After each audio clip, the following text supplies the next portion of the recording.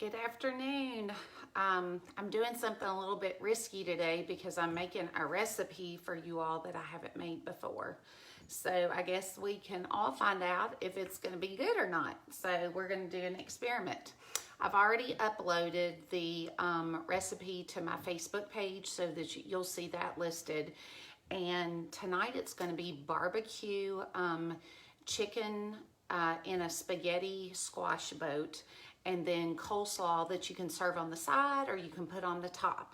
So it looks relatively simple, so we're about to find out. But first what I did is I'm going to saute some onions, and I just use these that come out of the freezer that are already chopped. It's kind of a cheat. I chopped my fair share in high school when I worked at a golf course, and I had to make fresh chili, and the guys liked chopped onions, and I cried and cried. So I don't do that anymore.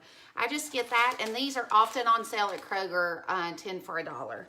And then the recipe called for green peppers. I'm not the biggest fan of the taste of green peppers, so I chose to do some, I did the little colored peppers, and I mainly did red and orange. Because I've eaten the other ones this week. I bought them on Friday to be able to show an appetizer to do for the Super Bowl, and I talked too long in the grocery store to come home and get my video done before ball games. So what I'm going to do first is I'm just going to walk over here to the stove, and I'm going to, in the skillet, I'm going to put not even a teaspoon, well, I'm going to spray my skillet first. And then I'm just barely going to put a drizzle of olive oil in there. And then I'm going to dump all of my peppers and onions. And I'm going to saute those. I should have turned that on a little bit earlier so that could get started. But while that is sauteing, I have already baked my spaghetti squash. And on that, I did a combination of... I took it and I pierced the skin, and I use this big thing instead of a regular fork because it goes in easier, and they're so hard. And so I just puncture it. I do 2 punctures on one side and 2 punctures on the other, and I put it in the microwave, and I cooked these for about 5 minutes. And then, hey, Miss Anna, that's my cousin from Virginia. I cooked them for like 5 minutes, and then I can easily take my fork and I can get the seeds out of them, or one I can cut them open, but I can't cut them, and I am notorious for getting boo-boos and having to go get my fingers sewn up, and so I've tried to be much more careful. So I cut them open. I use a fork to take the seeds out. And then once I did that, you can tell that I seasoned them just a little bit, and took the tiniest bit of olive oil, and I coated the side that I'm placing down as well as the outer skin. I don't really know why you coat the outer skin. I just think it looks pretty when it comes out, and the directions say to do that. But I placed them face down on just a cookie sheet, and I baked them for another probably 30 minutes. I like mine to be a little bit caramelized, so that's what I've done first. So while I've got my vegetables sauteing, I'm gonna go ahead and remove the spaghetti squash from my this skin, so that I'll have a place to put all of our goodies back in when I put them back in the oven to let all the flavors that we have going together cook together, and to melt a little bit of cheese on top. So I'm just going to scrape those out. You don't have to be perfect on that. I love spaghetti squash. I don't know if you all use it very often, but I have used it. I had thyroid cancer in 2006 when my youngest was a baby, and so I had to, for the treatment I went through, I couldn't have any pasta and regular breads, and so I learned to eat spaghetti squash then, and I actually really liked it, and have just continued to eat it ever since then. But I'm trying to branch out and learn other uses for it to make, and I've found some really good recipes that I'm going to show you all really soon, because there's fritters you can make with them. My mom does fantastic fritters with zucchini that she shreds up, but I found a recipe to do with spaghetti squash, and I can find it year round. Just these were tiny-tsy, and normally they're a little bit bigger, but maybe it's just because they're not in season. I don't really know, and I should have asked my dad. He's the resident gardener, but I don't usually prepare a whole lot ahead of time, so I couldn't ask my dad. So I've hauled out 4 halves. 1/2 is a serving, and then I have, I've just emptied that out into my bowl. So I'm gonna set that aside because I'm gonna need that in just a little bit. And I'm gonna run over and check on our vegetables that I'm sauteing. It won't take very long for these to get soft. And we're gonna add that into our chicken. So again, while those are continuing to saute, I'm gonna take chicken that I prepared earlier, and I did it in the Instapot. And I just keep this, I just seasoned it with a little bit of salt and pepper and garlic powder. And I'm just going to take my chicken. This is cold, so normally it would break up a little bit easier. But I'm just gonna literally, I've cooked it, and in the Instapot, it gets so tender. But my girls, number one, like my daughter comes in, Abby comes in, and will get a piece of this. I'm sorry, you can't, now you can see that, I'm shredding that up. She'll get a piece of that when she comes in from practice while she's waiting for me to have supper done, or if we get in from a game late and she just wants, she needs a little bit of protein. I try to keep this on hand. I've used it in their lunches this week. My girls are a little bit spoiled in that they get tired of sandwiches, and we've been trying to reduce the amount of bread that we have, so I fix them something hot in a thermos. And this has been easy.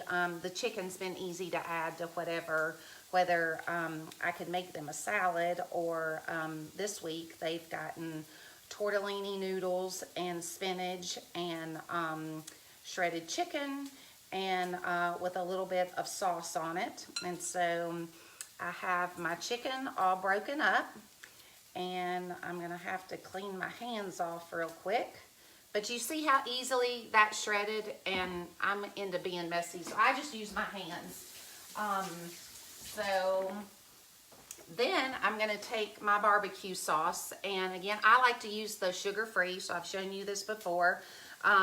For my local people, the Versailles Kroger had this. I had not been able to find it at Kroger.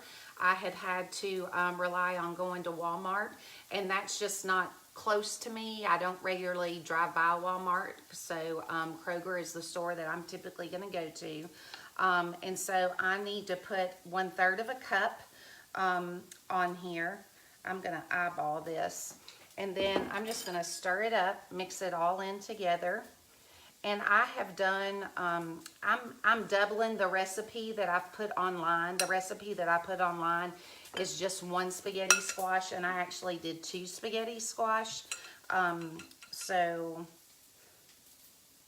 because there's 4 of us to eat tonight, so I needed that to go a little bit further. And I always like to make extra if I can, if I have time, just like doing chicken that I did earlier in the week. I've been able to get 3 meals out of it, and I've used it in the kids' lunches. So I have my chicken mixed up, and my vegetables have sauteed. They have caramelized, so they're ready to go in my mixture.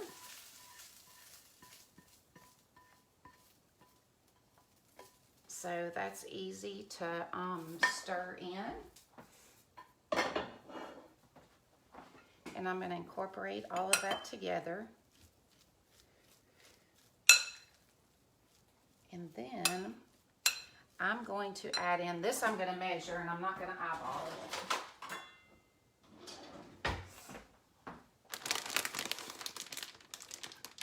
I'm going to take just low-fat shredded cheese, and I use this Mexican blend. That's just typically what I have on hand, but you can really use any low-fat cheese that you want to. And so if I was just doing 1 spaghetti squash, the 2 halves, I would put in 1/4 of a cup, but I've done 2. So I'm going to put a half a cup of cheese in. I'm going to mix this all together. Make sure that's incorporated really well. Okay.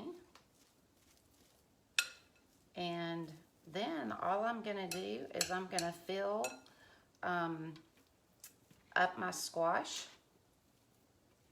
And there's so many ways that you can do this.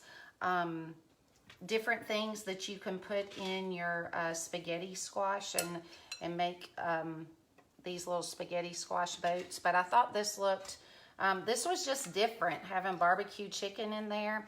I've seen some that you do, and you can make, I love to make like a Mexican casserole, and you can put that in there with ground beef or chicken, and you can add in whatever seasonings you like to have in that. I'm going to show you, I think next week, how to do these and put pizza ingredients in them. And that looks really, really good. If you're not having to, you can, to taste, you can add a little extra barbecue sauce. Some people will add ranch dressing, but when the flavor is enough that you don't need to do that, just go with the ingredients that I've put in. Okay, and then you take a little bit more cheese and you're going to sprinkle that on top.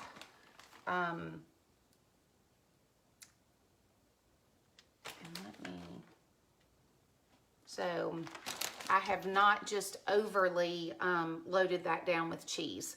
I'm gonna pop that back in the oven, and it'll take like 10 minutes or less. And while that's in the oven, I am going to show you how to make, you know what I didn't do? I kept thinking these are not as full as what my picture was. Okay, so now I'm not gonna put that cheese back on top. I didn't mix it in with my spaghetti squash. That, I'm so glad I caught that. See, I've never done it before, and I was talking to you, and I didn't pay attention to my recipe, and I kept thinking, I'm missing something, but I can't figure out what it is. That's funny. So I'll just mix all of that back in there with that spaghetti squash. For the people that are on plan, the reason you want to do this is that spaghetti squash, this is going to count as your entire lean and green meal. And I always try to get 5 to 7 ounces of protein in, and then 3 healthy vegetables. And so now that I have that incorporated, this is gonna look right. So I didn't have that put together well. So nothing like doing something on live camera and you do an oops and there's nothing you can do about it and you've got people watching. So, oh well. If you know me very well, you know that's just kind of how I roll. Let me move this over so you can see as I'm putting this back in the boats. And this is looking more like what I expected, just as far as the amounts that I thought would go in there. Because you want this is going to be fairly full. So keep adding that in here. And remember, I already had added cheese on top, so I'm not going to do added cheese because I don't want them to be so loaded down with cheese that they're no longer healthy. And while cheese is good, there is a lot of sodium that's in it. And it's got, you can have some, you just need to watch and not do it in excess. Everything that you do, really, there are lots of things that we can have if we just will do it in moderation and not do it in excess. But sometimes we get in a bad habit of something just being so loaded down and you miss some of the other flavors. Once you start cutting back and you don't, we mask things sometimes because we add so many extra condiments or cheese on top. I know there's some people that don't like cheese, but I do. So now I have these fixed correctly, and I'm going to pop those in the oven, and I'll show you how to do the slaw. And this slaw recipe, I'm going to tell you a couple of ways that you can use it, another meal that you can do with it. But that slaw you can put on top of your of our squash boats. Once they come out, you can have the slaw on top, or you can have that as a side. So let's take that. All I did on this is I just got bagged cabbage. Okay, and so I'm going to use 1.5 cups of my of this cabbage. So let me get that measured in here. And this is a lighter version. I had a recipe that was out of one of Dolly Parton's cookbooks that I really, really liked, but it has added sugar and some things that I try not to eat anymore. I forgot to get out my mayonnaise, so let me grab that. And I did not get my apple cider vinegar, so let me get that. There it is. All right, so I'm gonna add to this, now this I'm gonna peek so I don't mess up like I did just a second ago. So I have 1.5 cups of cabbage, okay? And then I'm gonna add 2 tablespoons of mayonnaise, and I just use light mayonnaise. Okay, so I'm gonna put in 2 tablespoons of mayonnaise. And then this calls for 1/2 teaspoon of this apple cider vinegar, and I use the Bragg's apple cider vinegar. You can use any kind that you have. I kind of like the flavor of that one. It's got a little more punch to it, and that's part of what I really like in this recipe is the tanginess of this particular brand of apple cider vinegar really makes this one excellent, since I'm cutting back on the salt and the sugars that are sometimes in a slaw recipe. So I'm gonna put a teaspoon. It calls for 1/2 teaspoon if I was following the recipe exactly, but I'm gonna put a teaspoon of this in. And then it also calls for 1/2 packet of stevia or Truvia. Those are the safer alternatives to sugar. And I like pepper in mine, so I'm gonna add pepper to that. And I'll put 1/2 pack of stevia. All right, see how easy that was? I'm just gonna mix that up. And that literally is a single serving. And another thing, if you smelled it right now, you would, some people that are really sensitive to vinegar, it would almost make you cough because this apple cider vinegar is really, really strong. But you want to incorporate that together. Something else, if you wanted to double or even quadruple your recipe on this, is I love this in the summer. I make fish tacos, and I use the cauliflower crust. And so I will cook the crust for like 8 minutes so I can roll them. And then I will bake either some cod or tilapia. And then I will put that on my cauliflower crust. And then I will put my coleslaw on top of that and then roll it up. And it's like having fish tacos, but they're healthy fish tacos and they're fabulous for you. So that's how easy that was, y'all. It didn't take very long to get this put together. And so I'll show you the finished product once my spaghetti squash comes out of the oven, and I'll let you see what that looks like. And hopefully this is gonna be good since I was adventurous and decided I'm gonna show y'all something tonight that I've never made. It can't be worse than my supper last night. You think, oh, friends of mine, I'll show up at the ball games and they'll be like, oh, you're so lucky. What? They give my husband a hard time. You're spoiled. You're so lucky. She's always got something cooked for you. I wish I could come home and it was just already ready. And it was a healthy, lean and green meal. Well, last night I fixed us something that was not very good, and we had an away ball game, and I fixed it for us to go, and we were stuck. We ate it, but it was not, it wasn't anything that made us really excited. So this looked delicious, so I'm excited to try it.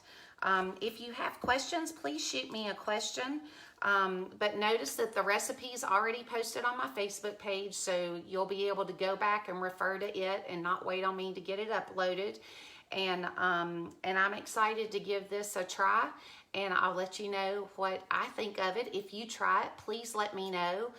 Several of you have tried the healthy lasagna that I did last week with the cauliflower crust, so I appreciate y'all shouting out to me and letting me know if you've tried something and if you like it. So if you have questions, just give me a comment. You can send me a message. Just try to be intentional about thinking, what am I going to eat? Because it doesn't take that long to put a healthy meal together for your family. It's definitely cheaper. It's better for you. And it's honestly quicker than, at least for me, because I don't live 5 minutes from fast food. But with just a little bit of planning, you can do something that's so much more healthy for your family than running through the fast food line. So that's it for today's edition of Cooking with Kimberly. We'll have to come up with what we're going to call these little segments. So thanks for watching, and I'll check back in with you soon. Thank you.